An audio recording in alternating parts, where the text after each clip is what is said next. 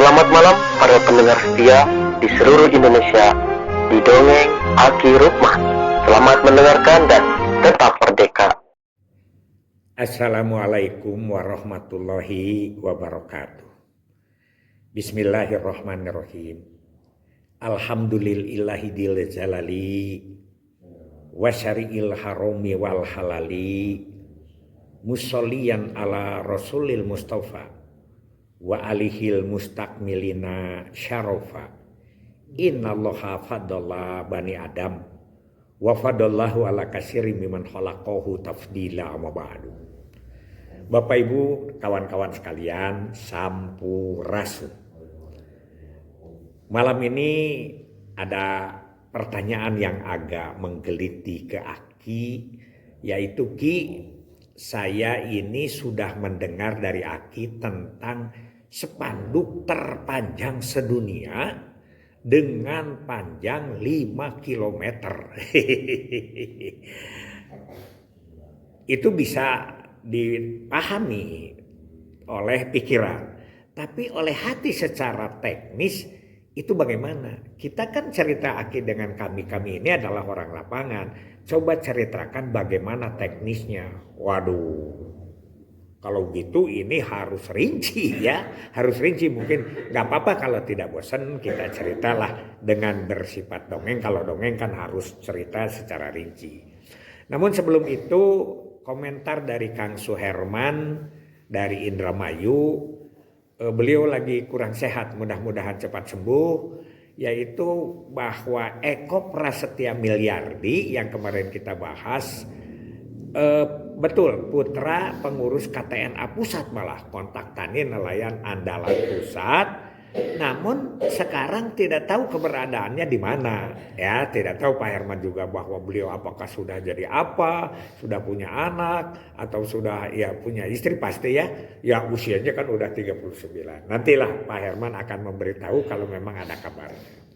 Baik, begini, tentang spanduk terpanjang di dunia itu dibuat dalam rangka Hari Pertasi Kencana Pertanian, Koperasi, dan Keluarga Berencana.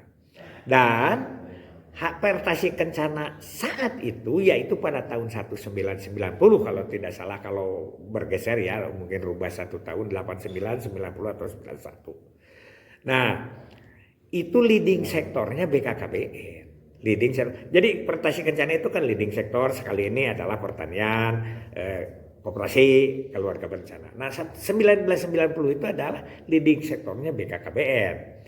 Pemilihan kesepakatan lokasinya adalah di Tasikmalaya, Jawa Barat. Begitu, di Tasikmalaya, Jawa Barat.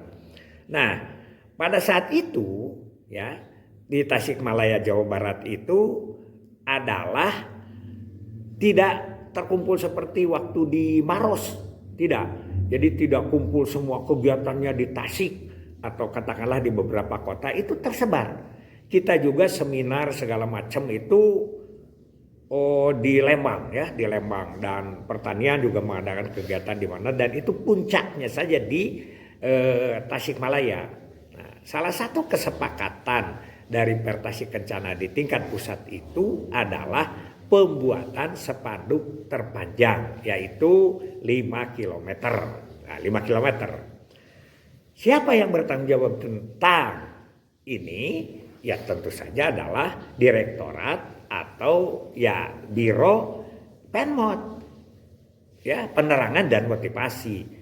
Saat itu sedang dipegang oleh Ibu Sumarni direkturnya. Aki sedang jadi Penmot, pendek tapi montok, di Jawa Barat. Tentu saja ini adalah kewajiban Penmot. Begitu. Nah, 3 kewajiban Penmot itu di dalam Pertasi Kencana saat itu adalah 1 pameran, 2 publikasi, dan 3 kesenian. Tentu saja berat, setingkat nasional dibebankan pada 3. Nah, akhirnya Aki rapat di pusat, diajak ya rapat di lingkungan Biro Penmot.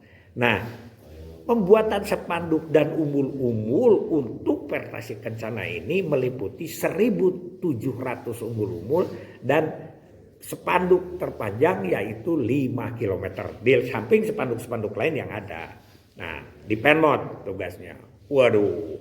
Nah, Aki dengan Pak Maman rapatnya dengan Ibu Sumarni di Biro Penmot, ternyata pembuatan spanduk itu ditenderkan, jadi bukan oleh Penmot, yaitu didapatkan tendernya itu oleh Fortune.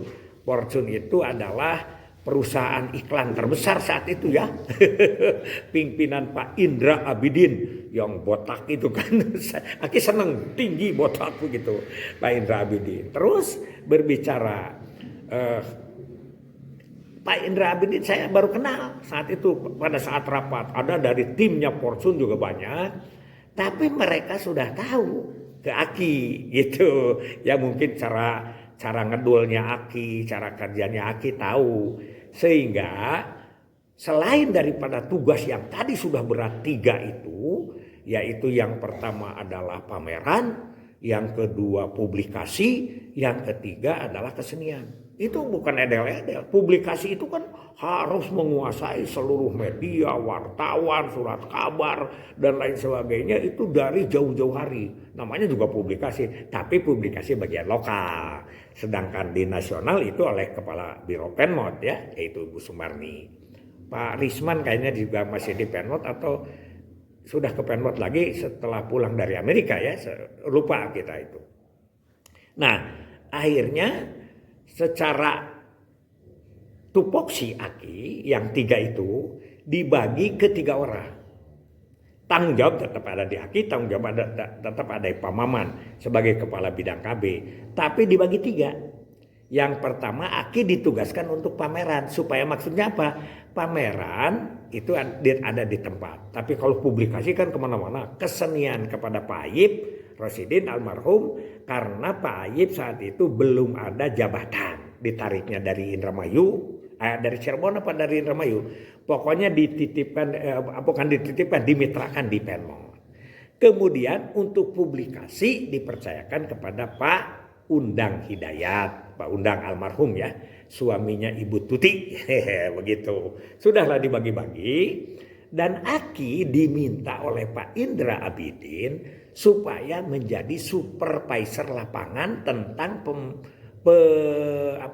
pembuatan spanduk 5 km dan pemasangan umbul-umbul 1.700. Puguh we liur. Liur ya, luar biasa itu. Bayangkan Aki itu selain daripada tugas pokok, tapi kan dia bilang katanya itu kan masih di sana. Kenapa? Menunjuk Aki yang dianggap Aki itu bisa bermitra dengan kawan-kawan di Tasikmalaya yang saat itu kepalanya adalah Pak Tita Tajudin, si Aom.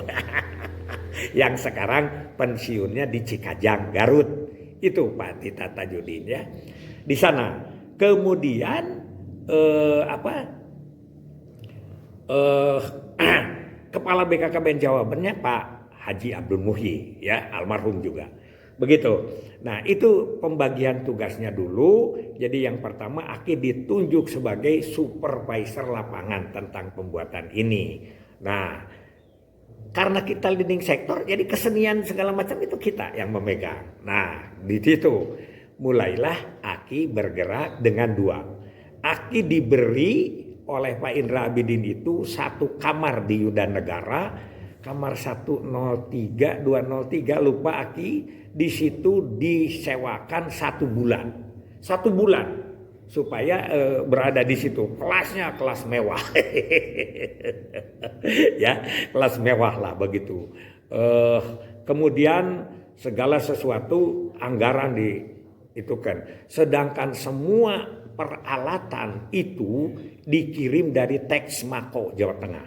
ya, teks Mako Jawa Tengah, sehingga kurang lebih 4 truk begitu ya, 4 truk untuk bahan umbul-umbul itu didusan, berdus-dus gitu, tapi berseri sudah dari sananya itu. Jadi bahwa ini akan yang paling depan, ini yang paling belakang, kemudian dikirim juga umbul-umbul 1.700, lebih malah jadi 2.000 lah kurang lebih. Itu kan ada cadangan-cadangan dan lain sebagainya. Itu awalnya. Jadi Aki itu ditugaskan berat, selain tupoksi pribadi, tapi juga ada tambahan freelance itu Pak ya. Jadi freelance. Aki diizinkan oleh Pak Bu Marni, pertama oleh Kepala Biro Penmot, kedua diizinkan oleh Pak Muhi ya sebagai Kepala BKKBN Jawa Barat, dan Aki juga diizinkan oleh Pak Maman selaku Kepala Bidang Aki. Yang namanya Aki kan waktu itu baru kasih ya kasek, Kepala seksi ya begitu. Itu dulu. Jadi yang pertama berniat pusat mengadakan spanduk seperti itu. Tentu saja adalah hasil rapat dengan Bustanil Arifin, itu yang paling tetap, walaupun dia bukan leading sektor, menonjol Menteri Koperasi itu. Juga lupakin nama siapa?